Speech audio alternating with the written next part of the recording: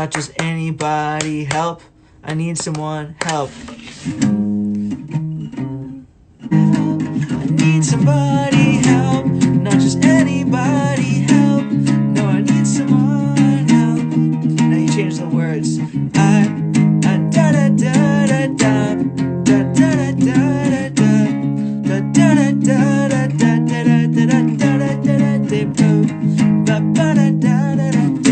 Right, and it also just sounds familiar right away because it's not only is it a proven to work rhythm, but it's a 1-3-5 melody that people's ears are trained to hear and like.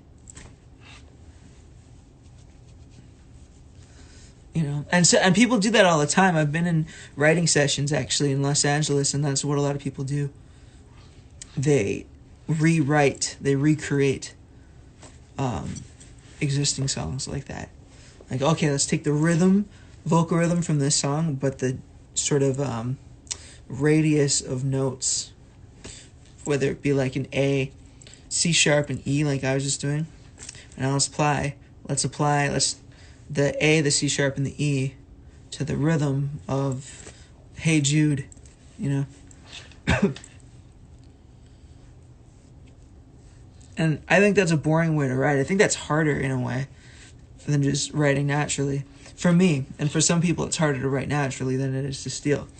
But I find it's fun to make stuff up.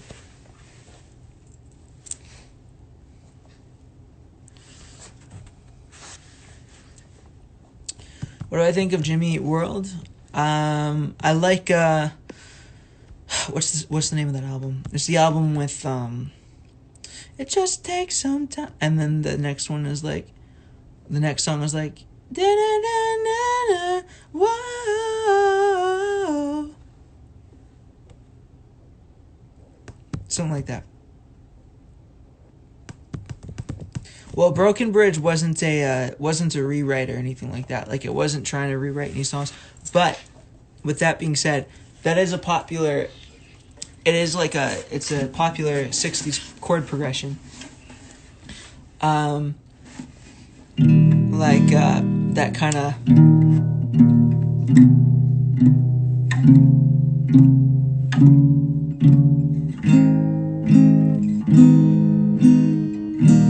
I'd say that probably originated or got popular with people like Roy Orbison. I just need someone one who cares, that you really there. Everybody needs somebody to lean on.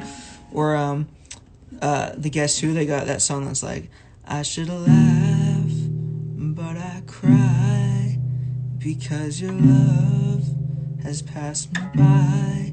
You took me by surprise. I didn't realize. You know.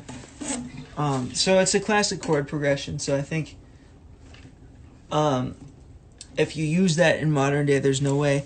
You know, it's not a fresh chord progression, but you can kind of surround it with fresh things, kind of, you know.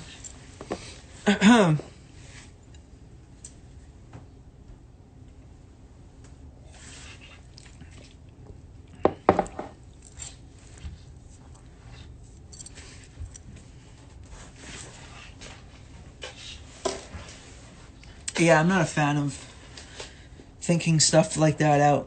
I prefer not to think things out when writing. I think about it in moments like this, or like just kind of sitting around for fun. But if you gotta kind of,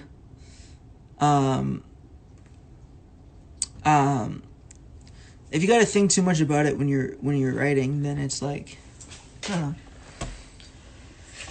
It doesn't. You can always kind of tell when something.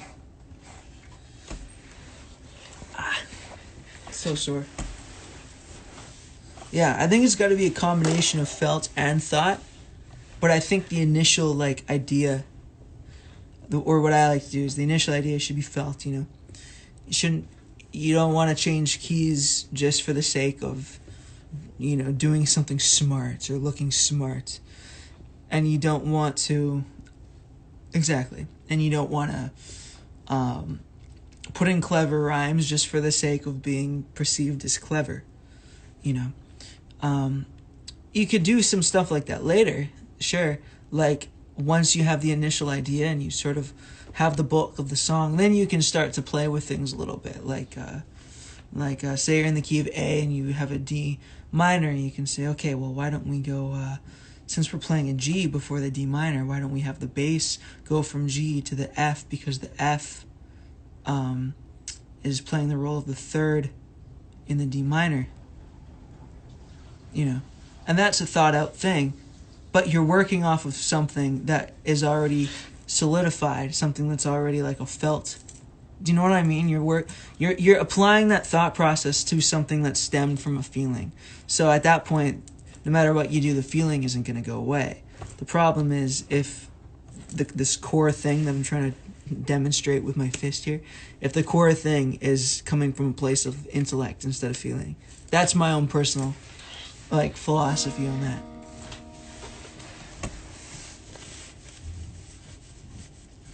Yeah, I have my first guitar. It's not in this room though.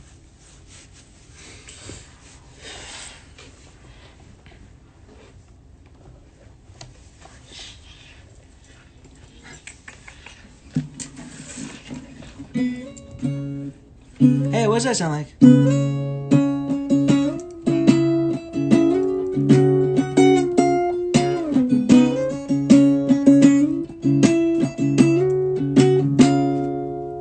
Bon Jovi.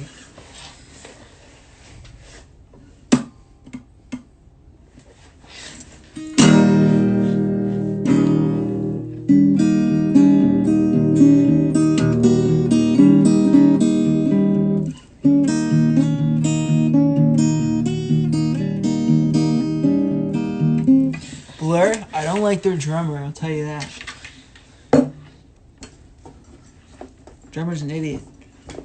No, that's not One Dead or Alive. That's I'll be there for you. These 5 words I swear to you. When you breathe, I wanna be the air for you. I'll be there for you. I'll live and I'll die for you. It's a good song. Oop.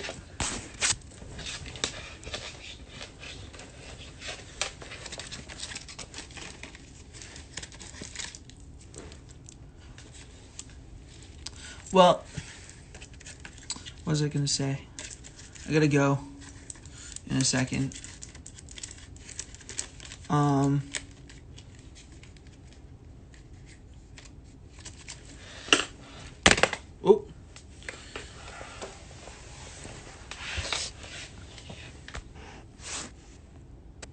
No, the reason that drummer's an idiot is because they did an interview with Nardwuar, and the drummer was basically blatantly bullying Nardwuar and stealing his hat and throwing it and getting right in his face up close and really trying to intimidate him. Watch it. Search Blur Nardwuar interview. And I guarantee you guys will all hate him after. I do. I did. He's an idiot. And are we documenting the process? Not really. Few things we videotape, but most of it is happens after midnight. And but we should. It's a good idea. We'll do more of that.